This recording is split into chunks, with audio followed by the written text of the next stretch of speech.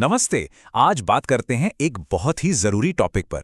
YouTube पर जो live broadcast होते हैं उन्हें रियल टाइम में पायरेसी से आखिर बचाया कैसे जाए। ये सवाल सही मायनों में $1 मिलियन सवाल है। जरा सोचिए, लाखों लोग एक लाइव कॉन्सर्ट देख रहे हैं और ठीक उसी वक्त कोई और उससे चोरी करके कहीं और स्ट्रीम कर रहा है। उसे उसे तुरंत कैसे रोका जाए? बस यही वो चैलेंज है जिसे हम आज समझने वाले हैं। अच्छा, तो इस पूरी कहानी को समझने के लिए हम इसे 5 हिस्सों में देखेंगे।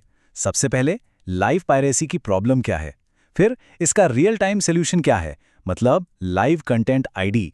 इसके बाद देखेंगे कि ये सिस्टम काम कैसे करता है, इसके 3 गोल्डन रूल्स क्या हैं, और आखिर में इसे स्टैंडर्ड कंटेंट आईडी से कंपेयर भी करेंगे। तो चलिए शुरू करते हैं पहले हिस्से से। ये लाइव पायरेसी की प्रॉब्लम आखिर है क्या, और ये बड़े बड़े लाइव इवेंट्स जैसे कॉन्सर्ट हो गए या कोई स्पोर्ट्स फाइनल, उन्हें कैसे इम्पैक्ट करती है। एक सीन इमेजिन करते हैं। एक स्टेडियम है, हजारों लोग अपने फेवरेट बैंड को लाइव देख रहे हैं और लाखों लोग घर बैठे उसी पल का हिस्सा बने हुए हैं। यही तो वो एक्साइटमेंट है, वो कनेक्शन है जो लाइव इवेंट्स को इतना स्पेशल बनाता है। और हाँ, ब्रॉडकास्टर्स के लिए तो ये एक बहुत बड़ी अपॉर्चुनिटी होती ही है। और ठीक यहीं पिक्चर में एंट्री होती है डिजिटल पायरेट्स की। जैसे ही ओरिजिनल ब्रॉडकास्ट शुरू होता है ना, कोई इसे कॉपी करता है और अपने चैनल पर फ्री में दिखाने लगता है। इससे सिर्फ देखने वालों का एक्सपीरियंस ही खराब नहीं होता, बल्कि उन क्रिएटर्स का भी भारी नुकसान होता है जिन्होंने उस इवेंट पर अपनी पूरी मेहनत और पैसा लगाया है। लेकिन हर प्रॉब्लम का एक सल्यूशन तो होता ही है, और इस केस में सल्यूशन काफी स्मार्ट है। YouTube ने खास तौर पर इसी पायरेसी से लड़ने के लिए एक टूल बनाया है। तो चलिए मिलते हैं इस कहानी के हीरो से। इसका नाम है लाइव कंटेंट आईडी। ये एक ऐसा स्मार्ट सिस्टम है जो किसी लाइव ब्रॉडकास्ट को YouTube में चल रही बाकी सभी लाइव स्ट्रीम्स से रियल टाइम में कंपेयर करता है। इसका काम एकदम सीधा सा है, कॉपी की हुई स्ट्रीम्स को ढूंढो और उन्हें तुरंत रोको। ठीक है, तो अब सवाल ये उठता है कि ये सिस्टम असल में काम कैसे करता है, मतलब एक लाइव ब्रॉडकास्ट की निगरानी और उसकी सेफ्टी कैसे होती है। चलिए इसका पूरा प्रोसेस देखते हैं।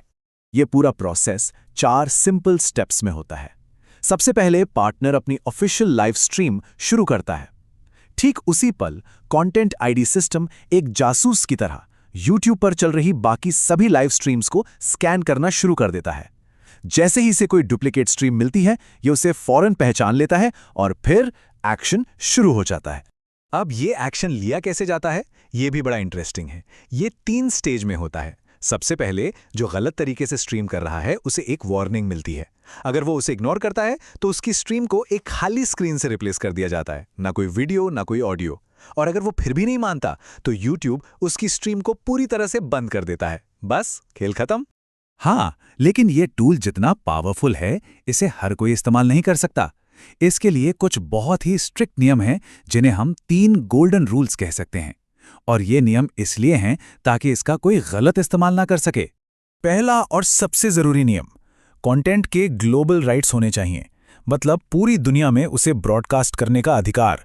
अगर राइट्स सिर्फ कुछ देशों तक ही हैं तो लाइव कंटेंट आईडी का इस्तेमाल नहीं हो सकता। क्यों? क्योंकि YouTube एक ग्लोबल प्लेटफॉर्म है। सिंपल। दूसरा रूल है पॉलिसीज को लेकर। देखिए, लाइव पायरेसी से लड़ते समय सिर्फ 2 ही ऑप्शन होते हैं, या तो उस गलत स्ट्रीम को ब्लॉक करो या उसे मोनेटाइज करो। ट्रैक या रिव्यू जैसी पॉलिसीज का यहां कोई काम नहीं है, क्योंकि एक्शन तो तुरंत लेना है, सोचने का टाइम ही कहां है।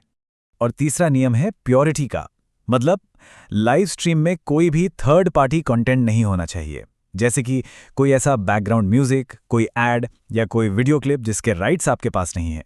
स्ट्रीम शुरू से आखिर तक 100% ओरिजिनल होनी चाहिए, वरना सिस्टम कंफ्यूज हो सकता है। तो अब जब हम लाइव कंटेंट आईडी को समझ गए हैं, तो चलिए इससे नॉर्मल यानी स्टैंडर्ड कंटेंट आईडी से कंपेयर करते हैं।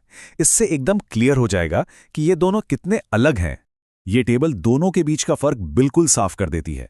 सोचिए, लाइव कंटेंट आईडी एक सिक्योरिटी गार्ड की तरह है जो रियल टाइम में काम करता है और चोर को गेट पर ही रोक देता है। इसका काम क्लेम बनाना नहीं है। वहीं दूसरी तरफ जो स्टैंडर्ड कंटेंट आईडी है, वो एक जासूस की तरह है जो वीडियो अपलोड होने के बाद सबूत इकट्ठा करता है, क्लेम बनाता है और फिर ब्लॉक, मोनेटाइज या ट्रैक करने का ऑप्शन देता है। इसीलिए लाइव आईडी की पॉलिसीज लिमिटेड हैं पर बहुत ज्यादा असरदार हैं। तो फिर सवाल ये है कि ये टूल किसके लिए सबसे ज़्यादा काम का है। तो देखिए, ये मुख्य रूप से बड़े स्केल के लाइव इवेंट्स के लिए बना है, जैसे स्पोर्ट्स इवेंट्स हो गए, बड़े म्यूजिक कॉन्सर्ट्स, अवार्ड शोज, या कोई भी ऐसा बड़ा लाइव ब्रॉडकास्ट जिससे रियल टाइम में प्रोटेक्शन की ज़रूरत हो। तो आखिर में बस यही कह सकते हैं कि आज के डिजिटल ज़माने में जहां कंटेंट कॉपी करना बच्चों का खेल हो गया है, वहां लाइव इवेंट्स के लिए रियल टाइम प्रोटेक्शन अब कोई लग्जरी नहीं है, ये एक ज़रूरत बन चुकी है। ये एक नया स्टैंडर्ड है जो क्रिएटर्स और ब्रॉडकास्टर्स की मेहनत को सेफ रखता है, ताकि हम सब उन लाइव मोमेंट्स को एंजॉय कर सकें।